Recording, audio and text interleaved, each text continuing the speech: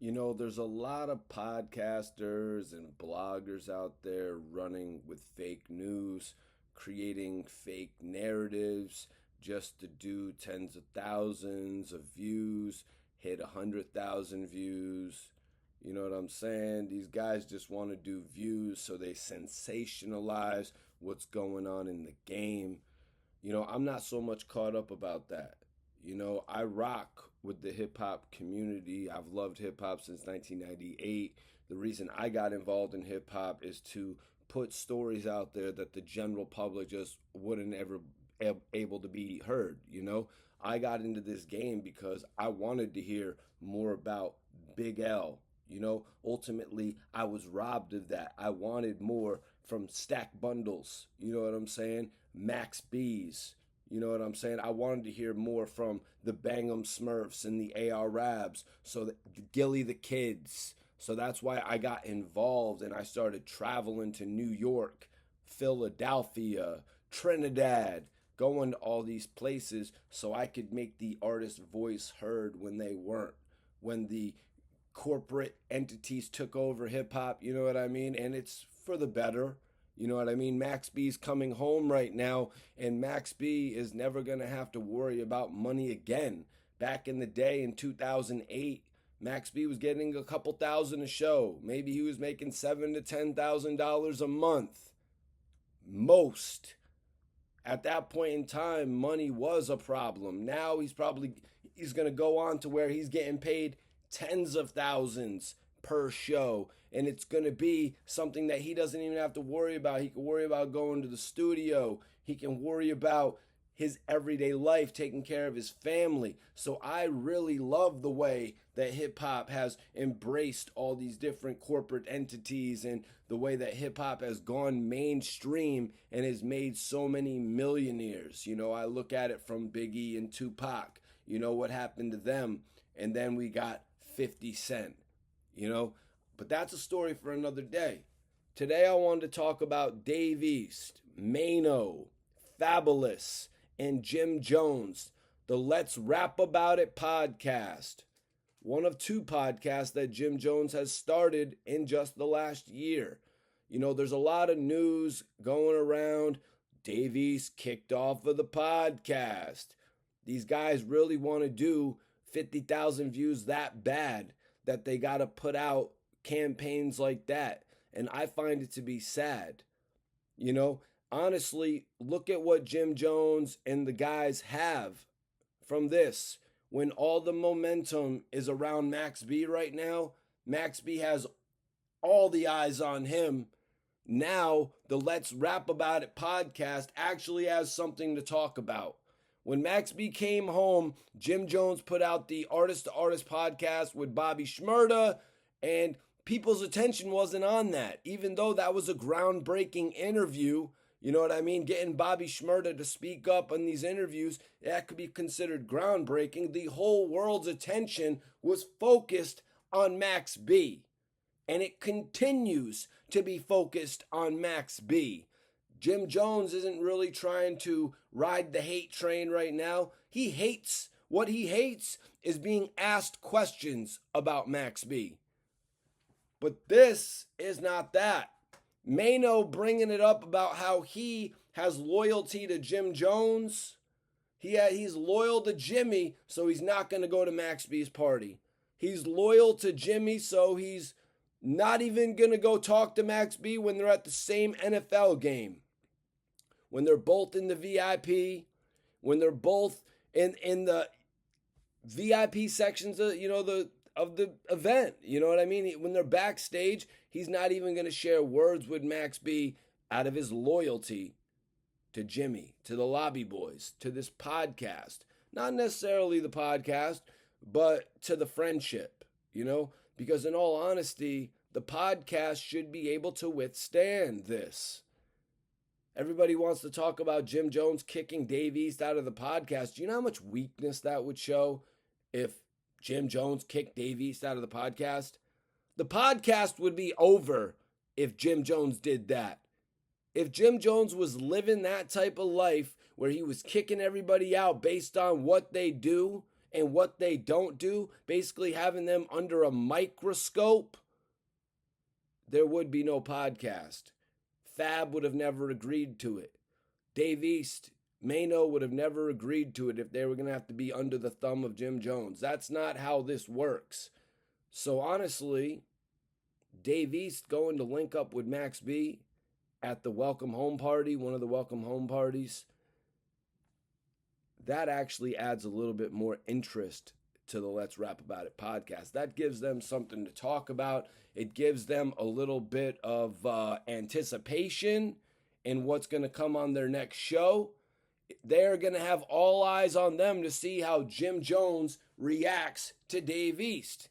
Now, what has leaked is a couple videos. First video, Mano says, I heard they're talking about you on the internet. They're backstage at some event, and Mano is just giving him a hard time. This is before they were in front of the podcast mics. But Mano was like, I heard you did something. They're talking about you. And Dave East just played it off like, yeah, they're talking about me on the internet.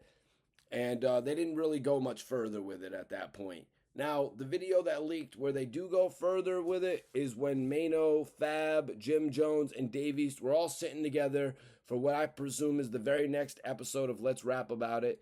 And Mano brought up how the two of them, meaning him and Dave East, shared different perspectives. Mano would not want to be caught dead around Max B. Mano wanted nothing to do with Max B purely based off of his relationship with Jim Jones. Now, Dave East, a little bit different. Dave East says he actually made Jim Jones aware of going to meet up with Max B. So he just flipped the whole scenario on everybody out there misreporting on this. Y'all think that Dave East ain't thorough? Dave East went to Capo and said, yo, Jimmy, I'm actually meeting up with Max B.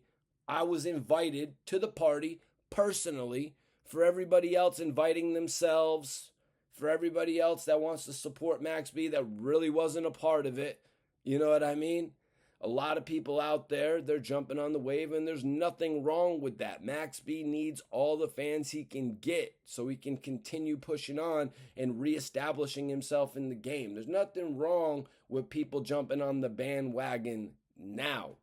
Now, Dave East says it's a little bit more than that. Dave East actually said that two of these guys had friendships where the two of them have kept cool.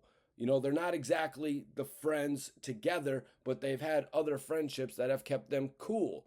Now, I found it to be a little bit strange that Dave East would go on to say, now Jim Jones, he knows, our families know each other, our kids.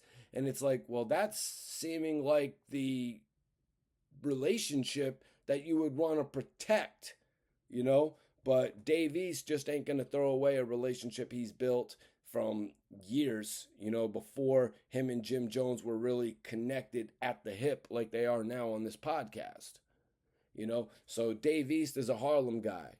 You know, Max B is a Harlem guy. You know, all these dudes, they're going to stick together. I don't know what's going to come of it. I'm not here going to speculate that Dave East wants a hook from Max B. I don't think that this is what it's all about. You know what I mean? That could be the cherry on top, pause. But he's doing this because he's a thorough dude, and he's not going to just throw away a relationship just because. Yo, I'm not going to hate on you just because my friend wants me to hate on you. That's not how I do things. I actually get to know somebody. I've got to know you over the years. You know what I mean? Max B and Styles P. Max B and Dave East have both worked with Styles P. I'm not sure how much they've spoken over the years, but when Max B actually met Dave East at the party, it was a very dope embrace. Max B was saying, this is my guy, Dave East. This is my dude. And he's saying this all despite the fact that Jim Jones and him are on a podcast together. So to me, that says Max B is still continuing to try to put the Jim Jones issues behind him. He's trying to put that beef from 15 plus years ago behind him. He wants nothing more to do with it. And you could tell by the fact that he had one of the co-hosts on the show.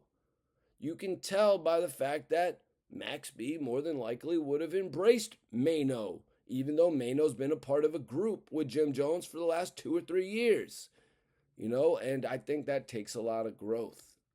I think it takes a lot of growth to get past little things like that. Because back in the day, the 50 Cent era, if you work with my enemy, I hate you. You know what I mean? If you feature my enemy, I hate you. If I see you around my enemy, I hate you. That's the old way of thinking, man. And I'm glad that we're seeing these dudes who make great music, who make a lot of money, and they make a way for their family. I'm glad that we're seeing them get past it, man. It's a new generation. It's a new day and age, man. And we don't need to be beefing about nonsense. But my next video is going to be about Cam'ron embracing Max B. We've seen these two speak on FaceTime. We've seen Cam'ron speak out for Max B in the past. We actually saw Cam'ron feature Max B on one of his first major records. You know what I'm saying? But now we're going to see Max B on the podcast with Cam'ron. And I said it, you know what I mean? Out of all the pods like Drink Champs, $1 Million Worth of Game, the shows like The Breakfast Club, I knew Max B would be first on the Cam'ron show. And we're going to have to see where this goes. We're going to have to see where it goes, y'all, because Jim Jones has been seemingly baiting Max B, saying he doesn't care about him, saying doesn't want to mention his name. We're going to have to see how Max B reacts officially when asked about Jim Jones. That's what we're going to have to stay tuned to. And I'll be back reporting on it, man. Mikey T, the movie star. Appreciate everybody tapping in. Hit that like button. Drop a comment. Let me know what you think. And I'll catch y'all on the next episode.